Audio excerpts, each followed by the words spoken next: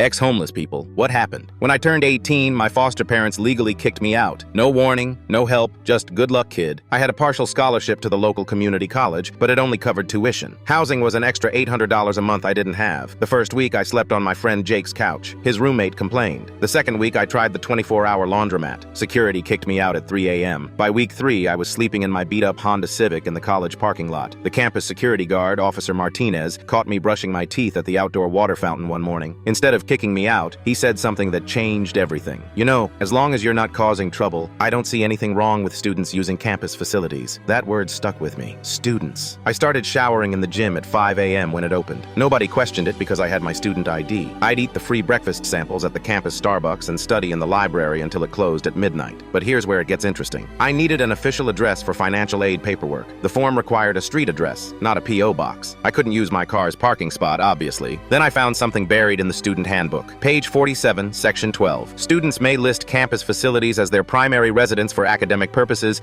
if they can demonstrate continuous campus presence. I marched into the registrar's office with my highlighted handbook. The lady behind the counter, Mrs. Patterson, looked confused when I pointed to the section. I need to update my address, I said, sliding the form across her desk. I'm listing the Student Union building as my primary residence. She blinked twice. Honey, you can't live in the Student Union. I'm not living there, I said carefully. I'm demonstrating continuous campus presence and using it as my academic address, which this policy allows. She called her supervisor over. They whispered for 5 minutes, flipping through policy manuals. Finally, her supervisor shrugged. Technically, if he meets the continuous presence requirement, we have to accept it. My official address became 1247 College Drive, Student Union Building, Room 201. That was the main study lounge where I spent 12 hours a day anyway. This address unlock changed everything. I qualified for emergency housing assistance because I was now a campus resident. I got approved for additional financial aid. The food bank started delivering care packages to my address, which meant the Student Union front desk. 3 months later, I had saved enough from my part-time job to rent a tiny studio apartment. But the best part? That loophole address helped 12 other students in similar situations over the next 2 years. The college eventually updated their policy to require physical residential verification. But by then, I had graduated with my associate degree and transferred to a 4-year university on a full scholarship.